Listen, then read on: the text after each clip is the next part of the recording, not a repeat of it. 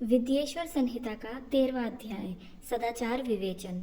ऋषि बोले, हे विद्वान सूत जी, अब आप हमें यह बताइए कि धर्म क्या है और अधर्म क्या है, कि जिनसे स्वर्ग और नरकादि लोकों में जाना पड़ता है, तथा वह सदाचार क्या है जिससे इन पर विजय प्राप्त किया जाए।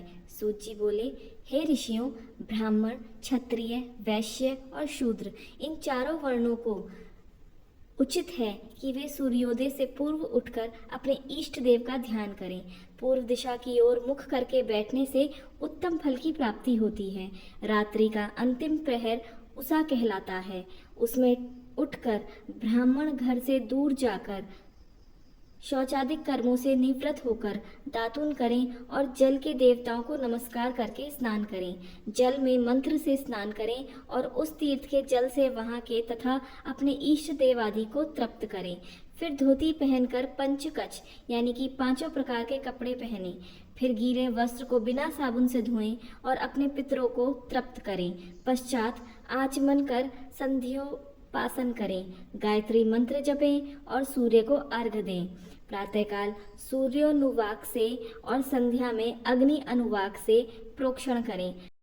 संध्या समय पश्चिम की ओर मुख करके तथा प्रातः एवं मध्याह्न समय में उंगलियों से तीर्थ देवता को जल दें। फिर उंगलियों के छिद्र से सूर्य भगवान को अस्त होता देखें और प्रदक्षिणा कर शुद्ध आचमन करें। संध्या से पहले संध्या ना करें। नित्य प्रति जितना जाप करना हो उससे 100 गायत्री अधिक जपें। गायत्री जपने का यह प्रमाण है कि 10 दिन में 1 लाख गायत्री का जप पूरा करें। 70 वर्ष तक नियम पूर्वक ऐसा जप करें। फिर संन्यास लें। नित्य प्रातः काल बाहर जाकर ओमकार का जप और हिसाब करके महीने भर में 1.5 लाख का जप पूरा करें। कम ना हो, तभी वह सच्चा सन्यासी है।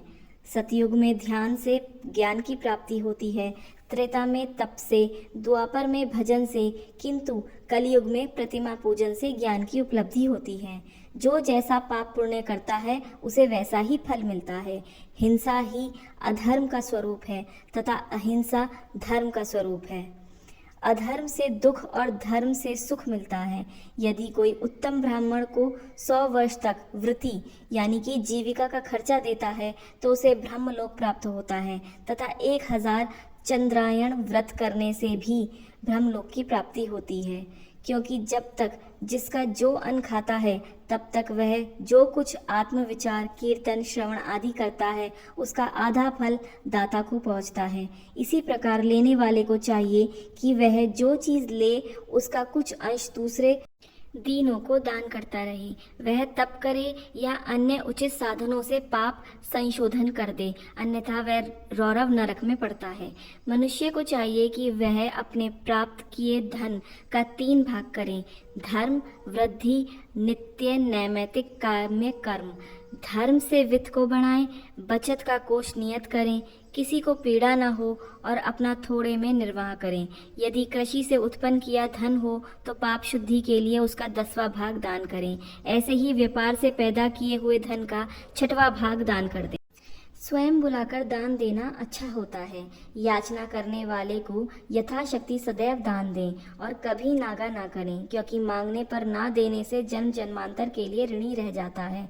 बुद्धिमान को उचित है कि वह दूसरों का दोष दूसरों से ना कहें, सुना और देखा भी ना कहें। किसी को क्रोध उत्पन्न हो ऐसी भी बात ना कहें।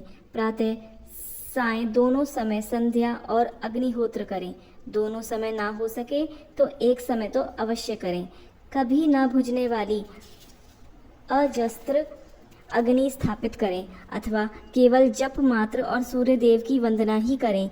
इस प्रकार आत्म कल्याण का इच्छुक यथाविधि नित्य ही ब्रह्म यज्ञ और देव पूजन किया करे। जो इस प्रकार नित्य अपने गुरु और ब्रह्म को पूजते हैं वे सभी सुख के भागी होते हैं। इस प्रकार श्री शिव महापुराण विद्येश्वर संहिता का 13वां अध्याय समाप्त होता है। हर हर महादेव। प्रभु शिव की और कथाएं सुनने के लिए हमारे चैनल भगवान का अंतर्ध्यान से जुड़ें।